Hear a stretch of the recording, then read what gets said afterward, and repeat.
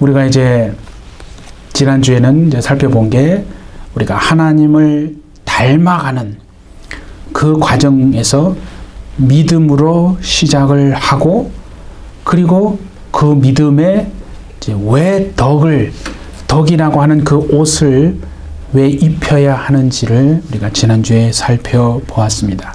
그렇죠? 이제 그 다음에 보시면 알겠지만은 믿음의 덕을, 그리고 덕에 뭐를 더하라고 그랬냐면 지식을 더하라고 말씀하고 계시거든요. 그러니까 그때 덕에 더하여야 할 지식은 헬라어로 보면 기노스코, 그렇게 되어 있어요. 지식, 기노스코. 그리고 또 히브리어는 야다, 그렇게 말해요. 그러니까 기노스코나 야다, 그게 지식인데요. 공통점이 있어요. 그 기노스코나 야다가 다 지식이지만은 어떤 공통점이 있냐면 머리로 이렇게 알게 되어지는, 또는 무슨 배워서 머리로 알고 있는 지식을 의미하는 것이 아니고, 그때 그 지식은 뭐냐면 완전히 내가 체험을 통해서 알게 되는 그 지식을 말한다는 거예요. 그러니까 머리로만 아는 게 아니라 체험을 통해서 하나님이 누구신가를 알게 되는 그 지식, 그게 중요한 거라는 얘기라는 거예요. 그래서 오늘날도 보세요. 하나님을 다 안다고 말합니다.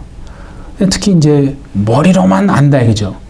그러니까 머리로만 아는 그리스도인들이 적지 않는 것 같아요.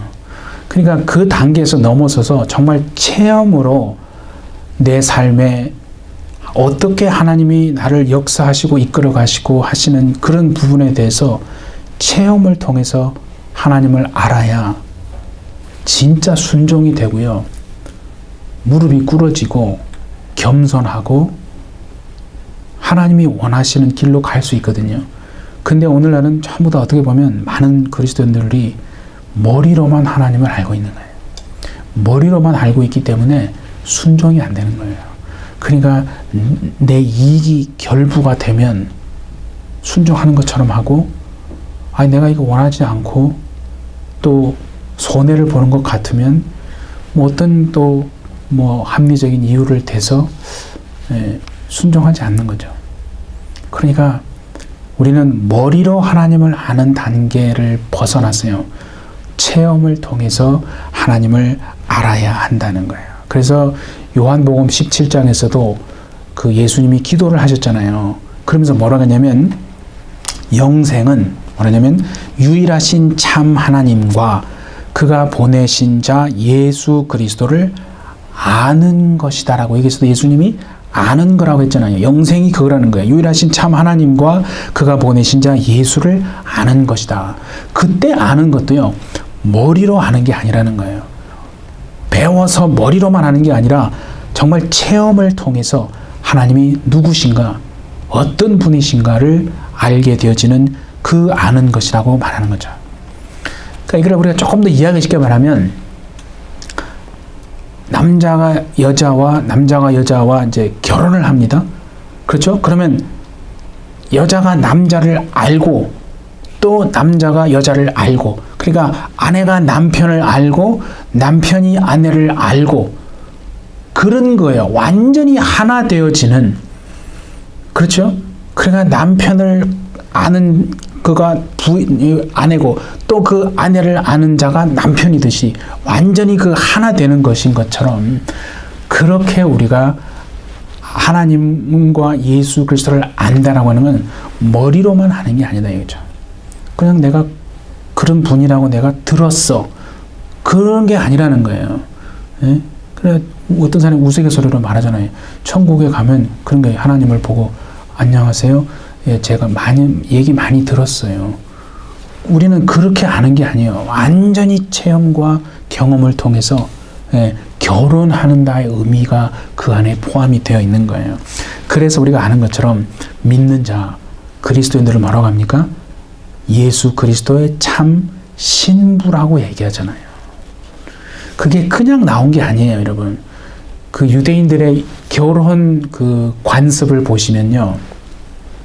아들을 이제 결혼을 시킵니다. 그래서 아들을 위한 신부를 누가 결정하냐면요. 아버지가 결정을 해요. 그래서 그 아버지가 결정을 하고 이제 준비를 해요. 신부를 위한 선물과 또 결혼 계약서를 준비를 해서 이제 아버지가 그 아들을 신부 집으로 보내는 거예요. 왜 그러냐면 청혼을 하기 위해서 보내는 거예요. 그래서 아들이 이제 신랑이 될 사람이죠. 그래서 여자 집에 그 신부 집에 도착을 합니다. 그래서 이제 잔치가 벌어지는데요. 청혼을 하는 거예요. 그 청혼의 가장 클라이맥스가 뭔지 아십니까? 이 잔에다가 포도주를 탁 부어서 그 청혼하고는 하는 그 신부가 될 사람이죠. 여자에게 탁 내미는 거예요. 건네는 거예요. 그때가 중요한 거예요. 이제 내가 이 사람의 청혼을 받아들일 건가 아니면 내가 거절할 건가. 그 자신의 선택이에요. 예수 믿는 건요. 강요에 의해서 믿지 않습니다. 우리는 다 자기의 선택이라는 거예요. 그 선택에 대한 결과도 책임을 자기가 지는 겁니다. 뭔지 알지? 그래서 그것이 핵심이에요. 그래서 예수님이 자기의 피를 흘리셔서 생명이라고 하는 선물과 말씀이라고 하는 걸 준비해서 이 땅, 신부의 집인 이 땅에 오신 분이 예수님이에요. 그래서 내 피를 마시고 내 살을 먹는 자가 참 생명을 얻는다라고 선택하라는 거예요. 받아들일 거냐 말 거냐.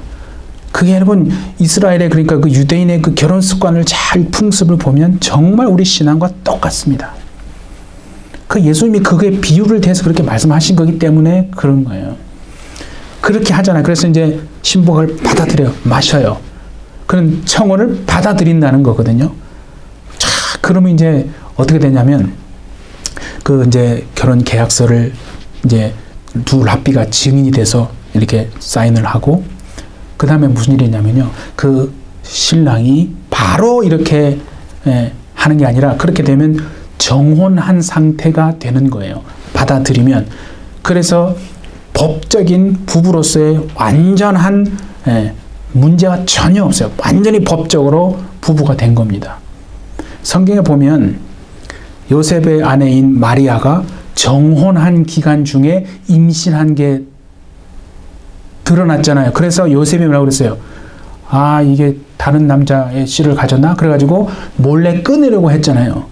그러니까 그 정혼한 기간이란 말은 아직 합방을 하지 않은 기간이에요. 그때의 마리아에게 성령으로 말미암아 잉태된 것이 나타난 거 아니에요. 그래서 천사가 나타나서 요셉에게 성령으로 잉태된 거니까 마리아 데려오기를 두려워하지 말라. 요셉이요. 믿음 있는 사람이에요, 여러분. 천사가 나타나서 만약에 여러분 생각해보세요. 거꾸로. 정혼을 했는데 천사가 나타나서 그런 말 했다고 정말 그 믿을 사람이 과연 몇 명이나 되겠어요. 근데 요셉은 그걸 받아들인 거예요. 그래서 데려온 거 아니에요. 요셉이 저는 굉장히 믿음 있는 사람이라고 생각해요. 물론 마리아도 마찬가지지만 그 정혼 기간이 이제 정혼이 되는 거예요. 된 거고 그 다음에 중요한 거는요. 이제 이 신랑이 아버지 집으로 돌아가요. 신부 집에 신부 아버지 집에 두고는 신랑이 자기 아버지 집에 돌아간다니까요. 뭘 하러 가냐면 신부와 함께 살 집을 마련하기 위해서. 그래서 한 1년 정도 이제 가 있어요. 그때가 중요한 거예요. 그 정혼한 기간 1년 이제 정도 되면 신랑이 집을 마련하고 이제 다시 온단 말이에요. 다시 와서 신부를 데려갈 건데 그 기간 동안에 믿음의 정절을 지켜내야 되는 거예요. 내가 저 신랑에 주는 포도잔을 마셨으니까 저분만이 나의 신랑이십니다. 그래서 내 신랑이 오실 때까지 나를 데리러 살 집이 준비되면 반드시 다시 올 텐데 그때까지 믿음의 정절을 지키는 거예요. 예복 준비하고 기름 등잔에 기름이 떨어지지 않았나 항상 준비하고 언제 오시려나 오늘 밤에 오시려나 내일 밤에 오시려나 무엇을 하더라도 그 신랑만 계속 매일매일 생각하면서 보내는 기간이에요. 우리가 예수 믿었습니다. 예수님이 내 아버지 집에 거할 곳이 많다 그랬잖아요. 그래서 집이 준비되면 그죠? 다시 우리를 데리러 온다 그랬어요.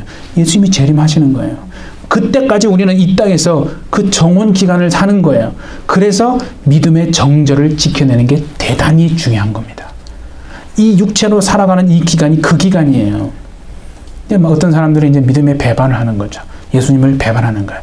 하나님만이, 예수님만이 나의 신랑이십니다. 그분만을 의지하고 그분을 사모하고 그분을 생각하고 살아야 되는데 그렇지 않거든요. 하나님이 아닌 것, 내 신랑도 아닌데 하나님이 아닌 다른 것을 기웃기웃거리기 시작합니다. 그냥 믿음을 이제 버리는 거죠. 우상을 섬기기도 하고, 그러죠? 귀신을 막 섬기고, 미신, 잡신도 섬기고, 그래 이제 믿음이 완전히 박살이 나는 거예요. 그때 주인이 오셨을 때, 신랑이 왔을 때, 그 신부의 모습이 정말 깨끗한, 정결한 신부가 아니라 완전히 그냥 이게 음녀처럼 되어버렸다면, 신랑이 신부를 데려가겠습니까, 여러분? 그러니까 구원을 받았지만은 그걸 지켜내지 못하면 바깥 어두운데 쫓겨나서 슬피 울며 이를 갈미 있으리라고 예수님도 말씀하셨잖아요. 그러니까 믿음을, 아니면 우리는 구원을요, 그 믿음을 인내함으로 지켜내는 겁니다.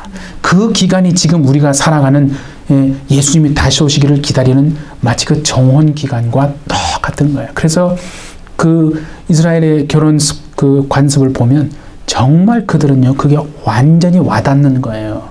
그러니까 우리 한국 문화는 좀 다른 거죠. 그래서 예수님이 그 비유를 들어서 설명한 거거든요. 그래서 보세요. 제자들도요, 부활하신 예수님을 체험을 하고 만나고, 아, 저분이 하나님이신구나 하는 것을 알고 난 다음에는요, 믿음이 완전히 달라졌어요. 처음에는 어땠어요? 베드로? 그 여자아이 계집종이, 그죠? 너도 그분과 함께, 그 사람과 함께 있어서 내가 봤어. 그러니까 금방 예수님 3번 부인해버리잖아요. 그랬던 제자들인데 예수님을 만나고 체험하고 부활하신 그 예수님을 알고 난 다음에는요, 어떤 믿음이 됐어요? 로마 군인의 그 칼 앞에도요, 목숨 내놓고 예수님 부인하지 않는 그런 믿음으로 변화되지 않았습니까? 그러니까 우리는 머리로만 하는 믿음은요, 그건 진짜 믿음이 어떻게 보면 아니라고도 말하고, 그러니까 환난이 오고 고난이 오고 벌써 시험이 오고 어려움이 오잖아요. 그러면 믿음을 버릴 수 있어요. 얼마든지 버릴 수 있습니다, 여러분. 체험을 통해서 그분만이 나의 신랑이십니다. 정말 그 신랑을 오기를 기다리는 그 신부가 정절을 지키고 정말 유지하고 해내는 것처럼 이 땅에서 우리는 그와 같은 삶이 되어주시기를 예수님의 이름으로 축복합니다. 그래서 머리로만 하는 수준에 머물면 안 되고 체험을 통해서 하나님을 알아가는, 그 신랑과 신부가 결혼해서 서로를 아는 완전히 하나 된 그와 같은 믿음이 있는 사람만요, 앞으로 보세요, 살아남게 되어집니다. 예수님 배반하지 않고 내가 어려움을 당할지라도 하나님만 의지하고 내가 살겠습니다. 그러한 사람이 되는 거거든요. 이제 여러분들은 다 잘 아십니다. 제가 참 그 추어탕을 참 많이 좋아한다는 거 다 아시죠? 그래서 뜨거운 그 추어탕 국물에다가, 이게 차가우면 맛이 없어요. 아주 뜨거운 데다가 식은 밥, 그래도 너무 뜨거운 밥을 하면 안 돼요. 이게 뜨거운 국물 추어탕에다가 식은 밥 차게 넣고 방아를 탁 넣어서 탁 말아서 한 술 딱 뜨면요, 진짜 눈물 나게 맛있습니다. 진짜 그 어떻게 설명을 할 길이 없는데, 보고 본 분만 아는 거예요. 근데 저는 그렇게, 저에게 있어서 그 추어탕이라는 건 그냥 하나의 단순한 음식이 아니에요. 많은 음식 중에 그냥 단순히 좋아하는 음식이라기보다는 그는 그 옛날에 제가 어렸을 때의 추억을 먹는 거예요. 왜냐면 그 체험이 있다는 거예요. 어릴 때에 어머니가 이제 그 장어국을 많이 끓여다 주셨어요. 그래서 그 장어를 사오셔가지고 뼈를 다 이렇게 갈아요. 완전히 뼈채에다 갈아요. 그래서 막 먹으면 이게 막 좀 씹히긴 하는데 그 뼈채 갈아가지고 걸쭉한 국물을 이제 장어국 국물을 내서 탁 이제 끓여 놓으시면 우리가 이제 식은 밥 넣고 이렇게 말아서 먹었던 이제 그런 기억이 나. 그 참 그때 어렸을 때 맛있었다는 그게 있어요. 그래서 제가 미국에 오니까 장어국은 잘 안 팔려 없더라고요. 대신 추어탕이 있는 거예요. 그래서 그 추어탕을 이렇게 탁 먹으면 그 예전에 어머님이 끓여주셨던 그 장어국이 참 생각이 납니다. 그래서 그와 같이 여러분 우리가 하나님을 아는 것도요. 그와 비슷한 거란 거예요.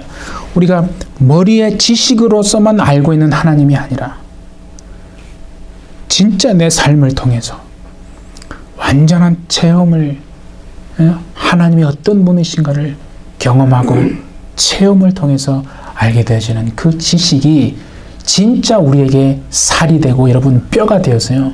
마지막까지 믿음을 지켜내는 참된 지식이 되어지는 겁니다. 우리가 그래서 하나님이라는 말을 이렇게 많이 합니다. 그죠? 하나님. 그러면 어떤 사람들은 뭐 아무렇지도 않은 것처럼 그냥 뭐 지나가죠. 근데 하나님이란 말을 들으면요. 어떤 분들은 막 눈물을 쏟는 사람들이 있거든요. 그 왜 그러겠습니까, 여러분? 머리로만 알고 있는 하나님이라면 절대 그런 일은 없습니다. 근데 정말 내가 죽을 것 같은 인생의 나날 속에 하나님이 나를 찾아오셔서 나를 만나주신 그 하나님을 그 체험이 기억이 나는 거예요. 내가 병중에 고통 가운데 있을 때 하나님 내게 오셔서 정말 나의 병을 고쳐주시고 치료해주신 그 하나님을 만났다는 거예요. 그러니까 내가 아무것도 모르고 뭐 천지분간 못하고 그냥 이렇게 살아가는 게 인생이라고 생각하고 그렇게 그냥 나 중심적으로 그저 살아가고 있을 때에 내 인생에 찾아오셔서 어떻게 사는 것이 참된 사람의 삶이라는 것을 정말 내 이름을 불러주시면서 내가 죄인이라는 것을 깨닫고 하나님의 사랑이 어떠한 사랑이고 이제는 내가 어떻게 살고 믿음으로 정말 살아내 이렇게 사는 것이 진짜 참된 인간의 삶이라고 하는 것을 알고 자꾸 내 이름을 불러주신 그 하나님을 만났기 때문 아닙니까? 그러니까 눈물이 나는 거예요, 여러분. 그러니까 하나님이라는 그 말 속에는요. 그 모든 힘든 나날 속에 나와 함께 하신 하나님, 나를 건져주시고 나를 살려주시고 나와 함께 하시고 나의 마음을 아시고 정말 내 마음을 위로하시고 붙들어주신 하나님, 그 은혜가 들어있기 때문에 하나님, 그 말 한마디에 눈물이 참 쏟아지는 것이거든요. 우리 일평생 머리로만 하나님을 아는 자가 아니라 체험을 통해서 하나님을 알아가는 우리가 될 수 있기를 예수님의 이름으로 축복합니다. 그래서 시편 34편도 한번 보세요. 8절에 보니까 그런 말씀이 있어요. 너희는 여호와의 선하심을 맛보아 알지어다. 참 이 기가 막힌 표현 아닙니까? 아는데 어떻게 알아냐고 그러냐면 하나님의 선하심을 머리로만 아는 게 아니라 맛을 보라는 거예요. 맛을 보아서 알면요. 그건 일평생 여러분 잊지 못합니다. 제가 추어탕 그 장어국 맛을 잊지 못하는 것처럼 그 하나님의 선하심을 머리로가 아니라 선하심을 맛보아 알아라고 성경도 말하고 있지 않습니까? 네. 우리가 지난주에 이제 본 그 덕이라는 건 사실은 뭐냐면 덕은 이거예요. 우리의 마음을 기경하는 것과 똑같습니다. 사람의 마음이 어떻습니까? 딱딱하거든요. 돌밭 같다는 거예요. 돌밭 같고 딱딱하고 뭐 굳어버린 마음. 예? 그래서 그 마음을 어떻게 해요? 이 쟁기를 가지고 막 갈아엎는 거 아니에요. 돌도 빼내고 뭐 그 속에 있는 잘못된 것들 다 빼내야 되는 거예요. 우리의 마음 속에 하나님이 원하지 않고 기뻐하지 않는 것들이 너무 많다는 거예요. 그래서 덕은 뭐냐면 그 우리의 마음을 좀 힘들더라도 기경해서 막 엎어서 옥토로 좋은 마음, 그러니까 부드러운 마음이라는 하나님 앞에서 그 말씀을 들을 때 부드러워서 이렇게 잘 스며드는 것처럼 그 마음을 기경하지 않으면요 맨 길거리 밭 길짝이 되는, 길거리가 되고 돌밭이 돼서 아예 하나님 말씀이 들어와도 튕겨나갑니다. 그러니까 머리로만 하나님을 아는 자들은 일평생 그렇게 살다가 가는 거예요. 얼마나 그게 안타깝습니까? 그러니까 그게 기경한 거거든요. 그러니까 덕이라는 것은 우리의 그 딱딱한 돌밭 같은 마음을 하나님 말씀이 들어가기에 충분하게끔 옥토로 만들고 부드러운 마음으로 만드는 겁니다. 자, 그럼 보세요. 그 마음이 이제 부드러워졌어요. 그러면 그 부드러워진 마음속에 뭘 심어야 합니다? 하나님의 복음, 예수 복음을 전해야 될 거예요. 하나님이 어떤 분이십니다. 하나님은 이런 하나님이십니다라는 걸 전해야 될 거 아니에요. 근데 보세요. 나에게 하나님이 어떤 분이신가에 대한 아는 게 하나도 없어요. 하나님이 누구신가 그냥 그 머리로만 그냥 뭐 목사님이 얘기하고 누가 뭐 장로님이 얘기하고 뭐 어떤 집사가 얘기하고 뭐 들은 거 그런 거 있는데 내가 진짜 내 안에 생명이 되고 살이 되고 뼈가 되는, 그래서 누구에게도 담대하게 하나님은 이런 분이십니다라고 말할 수 있는 게 하나도 없는 거예요. 하나님을 아는 참된 지식이, 체험이 없다는 거예요. 그러면 그 상대방의 마음속에 뭘 심을 수가 없잖아요. 복음을 심을 수가 없는 거예요. 그렇죠? 내가 하나님을 알지도 못하고 하나님을 맛보지도 하나님을 체험하지도 못했는데 어떻게 다른 사람의 마음속에, 상대방 마음속에 예수님을, 하나님을 심을 수가 있고 하나님이 이런 분이십니다를 증거할 수가 있겠습니까? 그렇죠? 그러니까 우리는요, 내가 하나님이 어떤 분이신지를 내가 체험해야 한다는 거예요.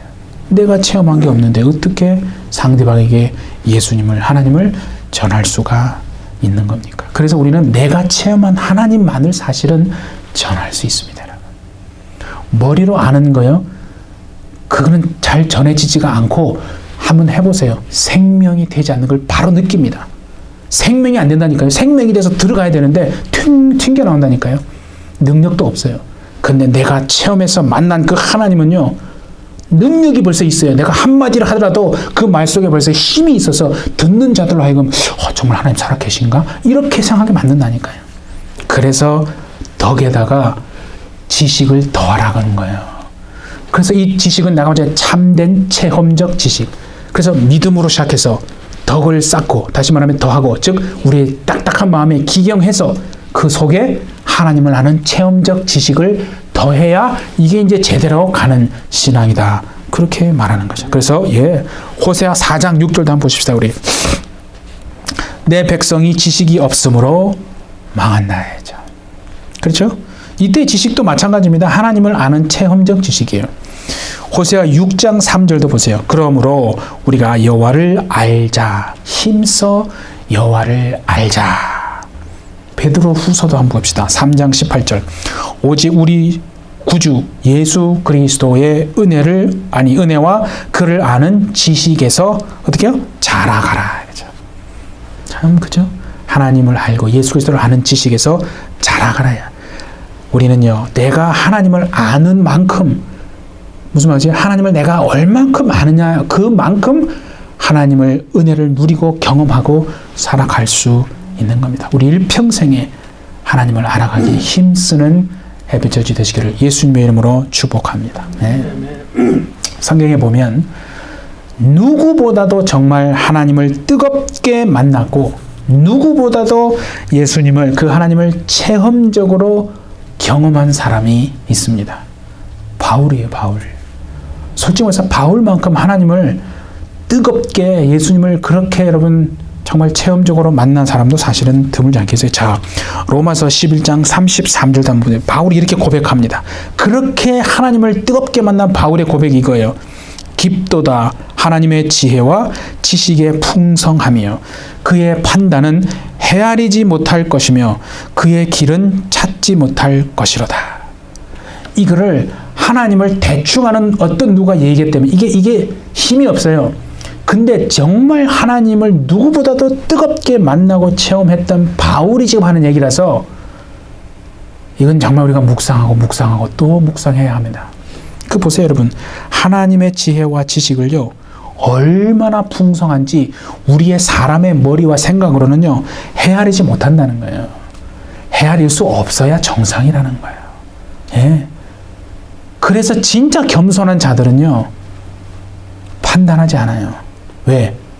하나님이 그 사람을 통해서 어떤 일을 하실지 누가 알아요? 그 사람의 얄팍한 자기의 판단으로 정죄하고 그게 벌써 교만하다는 증거예요. 그의 길은 찾지 못한다. 사람의 눈에는 보입니다. 그러니까 판단하는 거예요. 절망하는 거예요. 낙심한다는 거예요. 길이 안 보이니까. 그런데 뭐라고요? 주의 길이 있다는 거예요. 그 길은 사람의 눈에는 안 보입니다. 하나님이 열어주시기 전에는. 바울이 그 얘기를 지금 하는 거예요. 예? 그래서 고린도 전서에도 그런 얘기 있잖아요. 하나님이 자기를 사랑하는 자들에게 예비하신 것이 있어요. 하나님을 사랑하는 여러분의 인생에 하나님이 예비한 것이 있는 줄 믿습니다. 그런데 하나님이 정말 자신을 사랑하는 자들에게 예비한 건요, 그 뒤에 보면 바로 그런 말이 나와요. 눈으로도 보지 못하고 귀로도 듣지 못하고 사람의 마음으로 생각지도 못한 것이다라는 거예요. 눈으로 본 적도 없는 거예요. 그러니까 그런 것은 내가 태어나서 지금까지 그런 일이 일어나는 건 본 적도 없어요. 그리고 누가 그런 일을 겪었다는 걸 내가 들은 적도 없어요. 그리고 내 마음속에 그렇게 될 거라고 아예 생각도 안 한다니까요. 그런데 뭐라고요? 하나님을 사랑하는 자들에게 하나님이 예비하신 것은 그런 거라는 거예요. 눈으로 본 적도 없고 들은 적도 없고 마음으로 도대체 생각한 적도 없는 그런 일이 2025년에 여러분과 여러분의 가정에 정말 일어날 수 있기를 예수님의 이름으로 축복합니다. 그런 소망을 가지라는 거예요. 여러분 보세요. 세상의 모든 지식을요, 최고의 기관에서 최고의 교수님에게 배운 사람이 누굽니까? 바울이요, 바울. 바울만큼 정말 어떻게 보면 많은 것을 배운 사람이 또 있겠습니까, 여러분? 근데 여러분, 바울의 고백을 먼저 하십니까? 그가 예수님을 다 그 다메섹 도상에서 만나고 난 다음에요, 체험을 통해서 예수님이 누군가를 알고 난 다음에는요, 그렇게 그동안 자기가 다 배웠던 거, 그거를요, 배설물로 여겼다라고 말하는 거예요. 배설물이 뭔지 알잖아요. 똥이라는 거예요, 똥. 그렇게 정말 자기가 자랑할 수 있는 거 아니에요. 우리도 세상에서 여러분 많이 배우면요, 사람 앞에서 자랑하고 싶지 않습니까? 가방끈이 좀 긴 것 때문에도 얼마나 사람이 자랑하고 싶은 게 사람의 교만인데, 그건 다 사람 마찬가지예요. 그러니까 뭐 물질이 많아도 자랑하고 싶고, 많이 배워도 자랑하고 싶고, 얼굴이 또 이쁘고 잘생기면 얼마나 사람들 앞에서 고개 뻣뻣하고, 요새는 다 성형, 그래서 막 성형 난리 하잖아요. 어떻게든 막 자존심 세우기 위해서 막 성형도 하고. 그게 다 뭡니까, 여러분? 자랑하고 싶은 게 얼굴 뜯어 고쳐서라도 내가 자랑하고 싶다는 거 아니에요. 바울이요, 그렇게 많이 배워서 정말 똑똑한데 예수님을 체험하고 알고 난 다음에는요, 그 배웠던 많은 걸 배설물로 여겼다는 거예요.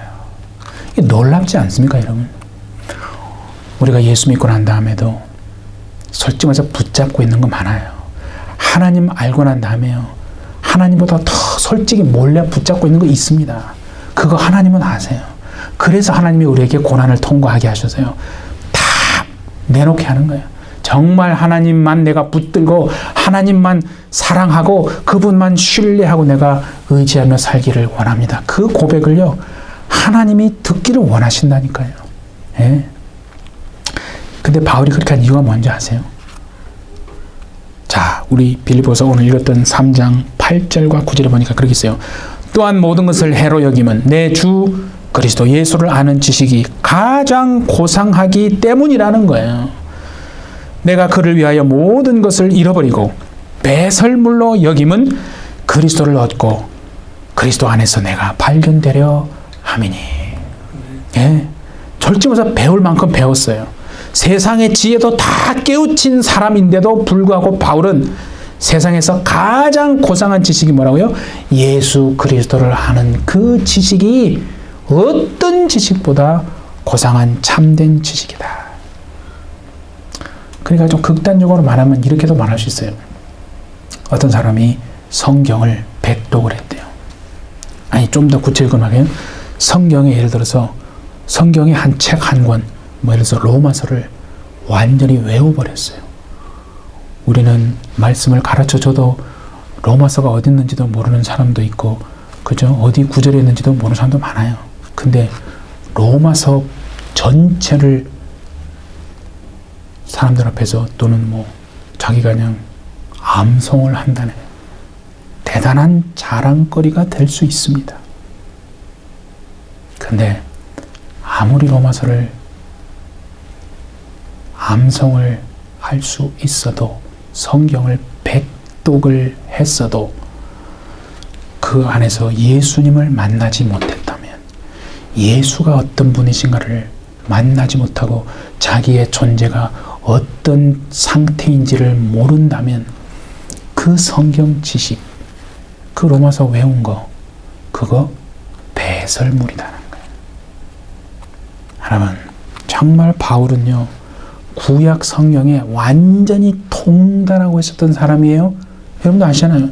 구약 성경을 누구보다도 잘 알고 완전히 통달하고 있었던 바울인데, 다메섹 도상에서 예수 그리스도를 체험해서 만나기 전까지는요, 그 구약 성경이 가리키고 증거하고 예언하는 것이 바로 예수 그리스도라는 것을 몰랐다는 거예요. 전혀 모르고 있었던 거예요. 구약 성경이 증거하는 예수 그리스도를 전혀 발견하지 못해. 그래서 다메섹으로 가면서 예수 믿는 사람들 죽이려고 아주 혈기가 막 완전히 혈기 부리고 간 거 아니에요. 예. 그래서 세상에서 가장 쓸모없는 지식이 예수 그리스도 모르는 지식이라고 말하고, 세상에서 가장 존귀한 지식이 바로 예수 그리스도를 아는 것이다라고 바울이 아주 담대하게 오늘 우리 읽었던 빌립보서에서 말하고 있지 않습니까? 우리가 가진 것으로, 우리가 뭐 학위를 가지고 예를 들어서 뭐 지식을 있다고 합시다. 뭐 하겠습니까? 그걸로 뭐 사람들 앞에서 뭐 자랑하겠어요? 그게 아니라 정말 예수 그리스도를 한 사람에게도, 그죠? 조금 더 이렇게 또 확실하게 잘 드러내는 그것을 우리가 해야 되지 않겠습니까? 이 땅에서, 그죠? 우리가 뭘 하든지 간에. 그렇지 않으면요, 내가 자랑하고 싶은 그거 배설물이라는 거예요. 배설물. 하나님이 보시기에는 똥이라는 거예요. 똥 가지고 자랑한 사람이 세상에 어디 있겠어요? 그래서 영의 눈이 뜨여져야 한다는 거예요. 예수님을 정말 제대로 모르면 사람은 교만할 수밖에 없는 거예요. 그러니까 귀신이 그냥 얼마나 좋아하겠어요. 여러분, 우리는 하나님을 그냥 내가 머리로 그냥 조금 아는 그 지식, 그거에 만족하지 않고 일평생 정말 예수 그리스도를 맛보아서 체험함으로 참 지식을 가지고 마지막 때에 덕에 지식을 더해서 예수 복음을 정말 전하심으로 하나님이 여러분들을 부르신 그 부르심에 합당한 삶을 다 살게 되어주는 저와 우리 모든 햇빛철지 되시기를 예수님의 이름으로 축복합니다. 예, 함께 기도하겠습니다. 하나님 감사합니다. 우리가 정말 하나님을 머리로만 그동안에 알고 있었던, 그리하여서 또 환경에 휩쓰이고 세상에 여러 가지 혼란스러운 그런 소리에 하나님 우리도 덩달아 영향받고, 그래서 어려움이 있고 환란이 오면 그만 답답해지고 낙심하고 믿음을 잃어버리고 하나님의 그 우리를 붙드시고 있는 그 하나님의 사랑은 온데간도 없어 정말 사라져버리는 그런 삶을 살았다면, 하나님 정말 이제는 우리 일평생 예수 그리스도를 맛보아 체험함으로 알고 우리의 입술을 통해서 하나님이 어떤 분이시고 정말 하나님이 어떻게 우리의 삶을 통해 일하시고 역사하시고 계셨는지 그것을 정말 세상에 전하고 세상에 담대히 외치고, 그래서 덕에 믿음의 덕을 세우고 믿음의 덕을 더하고 덕에 지식을 더해서 예수 복음을 세상에 담대히 증거하는 우리 햇빛철지 다 될 수 있도록 하나님 축복하여 주옵소서.